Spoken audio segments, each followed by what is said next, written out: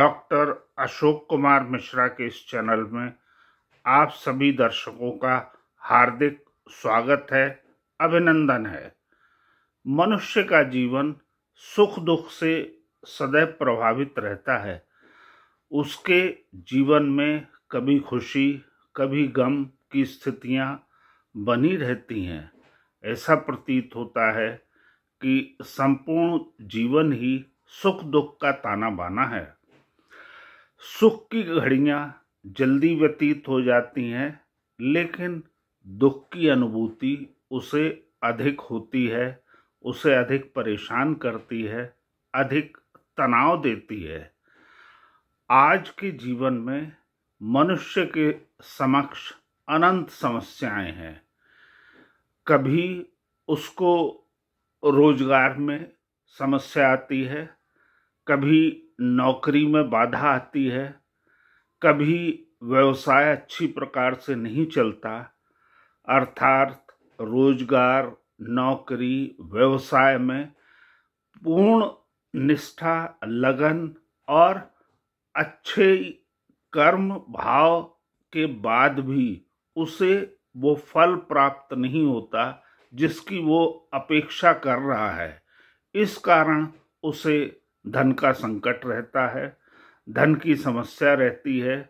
उसे ऐसा लगता है कि धन उतना व्यवसाय, रोजगार अथवा अन्य किसी नौकरी के माध्यम से प्राप्त नहीं हो रहा है जिसका वह अधिकारी है। इसी प्रकार कई बार परिवार में बेवजह कलह रहती है। जब वह विचार करता है कलह के कारणों पर, तब वह लगता है कि इस कलह का कोई अत्यंत गंभीर कारण नहीं है, लेकिन परिवार में विवाद की स्थितियां, अशांति की स्थितियां बनी रहती हैं। कई बार पारिवारिक सदस्यों में मनमुटाव रहता है, छोटी छोटी बातों पर मतभेद हो जाते हैं। इसको लेकर मानसिक क्लेश, गृह क्लेश की स्थितियां बड़ी प्रबल हो जाती हैं। कई बार संतान का विवाह न हो पाने के कारण मनुष्य परेशान रहता है, या परिवार में वंश वृद्धि नहीं हो पा रही है, पति पत्नी में निरंतर तनाव बना रहता है, आपस में बनती नहीं है, कहा सुनी की स्थितियां लगातार चलती रहती हैं। कभी परिवार में किसी को बीमारी होती है, कोई दुर्घटना का शिकार होता है, अथवा बार बार किसी न किसी सदस्य का बीमार होना भी उसकी परेशानी की एक बड़ी वजह बन जाता है। मांगलिक कार्य घर में होते हैं तो उनमें कोई व्यवधान पड़ जाता है, और वह चाहकर भी उन स्थितियों को उस तरह से अपने अनुकूल नहीं कर पाता जिस तरह से वह अपेक्षा करता है। वास्तव में इसके पीछे दो प्रकार के कारण हो सकते हैं। पहला कारण, हमारे ग्रह नक्षत्र इस प्रकार के हो सकते हैं कि वह इन तमाम स्थितियों को किसी न किसी रूप में प्रभावित करते हैं। उदाहरण के लिए, मांगलिक दोष विवाह को प्रभावित कर सकता है, विवाह में विलंब कर सकता है। मनुष्य के पूर्व जन्म के कर्म भाग्य के रूप में जब इस जन्म में उसके समक्ष आते हैं तो उसे रोजगार, धन अथवा अन्य किसी रूप में प्रभावित करते हैं। अर्थात उसे श्रेष्ठ भी बना सकते हैं अथवा उसके लिए बाधा भी पैदा कर सकते हैं। इसी तरह से अन्य कारण जो है वो कुंडली की वजह से कई बार हमारी विविध स्थितियों को, जो हमारे जीवन से जुड़ी हुई हैं, उनको गंभीरता से प्रभावित करते हैं। जब हम किसी विद्वान पंडित को अपनी कुंडली दिखाते हैं तो हमें इन कार्यों का तो बोध हो जाता है, संकेत मिल जाता है यह इस कारण से हो पा रहा है, लेकिन एक ऐसा कारण भी है जिसकी तरफ सामान्यतः हमारा ध्यान नहीं जाता, और वो कारण बहुत स्पष्ट नहीं होता। वो कारण हम निरंतर जब घटनाएं होती हैं उसके आधार पर अनुभव कर सकते हैं, उसको महसूस कर सकते हैं, अथवा जो हमारी मान्यताएं हैं उसके आधार पर निष्कर्ष निकाल सकते हैं।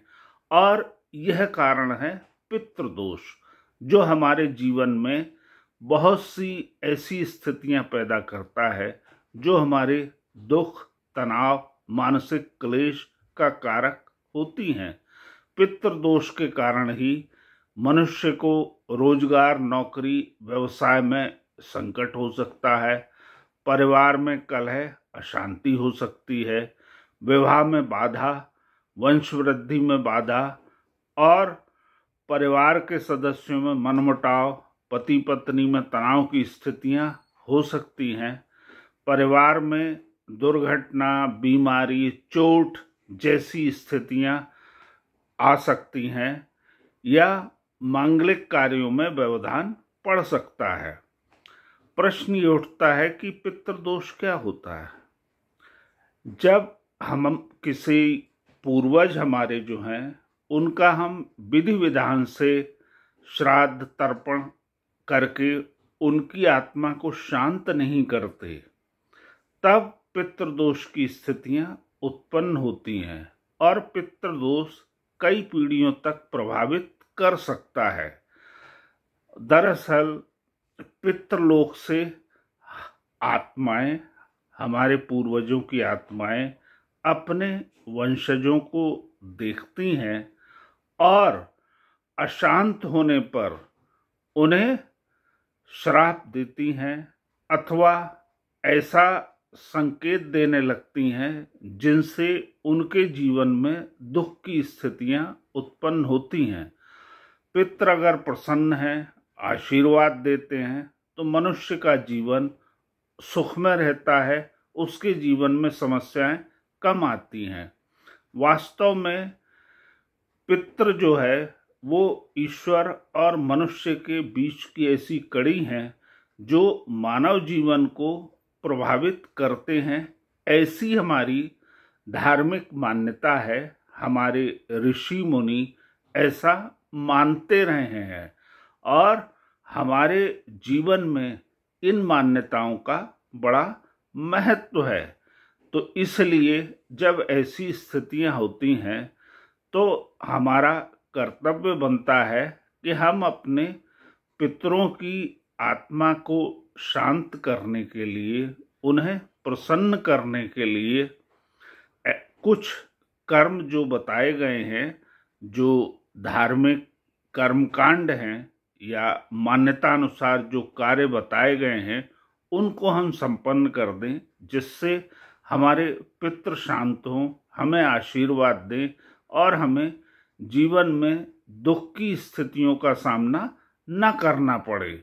ऐसा करने से पितृ प्रसन्न होंगे और हमारे जीवन को सुखमय बनाएंगे। ध्यान रखें कि पितृ हमारे वंशज हैं और हम उनकी पीढ़ी के संवाहक हैं। तो क्या कभी हमारे पिता, दादा अथवा उनकी आत्माएं अगर हमसे नाराज हैं, तो जिस कारण से वो नाराज हुई हैं, अगर हम उन्हें मनाते हैं तो शीघ्र वो प्रसन्न भी हो जाते हैं। ठीक उसी प्रकार जैसे कई बार बच्चे का अपने पिता से मतभेद हो जाता है और दोनों में अनबन हो जाती है, पिता नाराज हो जाते हैं, लेकिन बच्चा जब उनको मनाता है तो पिता उतनी जल्दी प्रसन्न होकर उन्हें आशीर्वाद भी देते हैं, उनकी जो कामनाएं हैं उनको भी पूर्ण करते हैं। तो हमें इस पक्ष पर भी ध्यान देना चाहिए।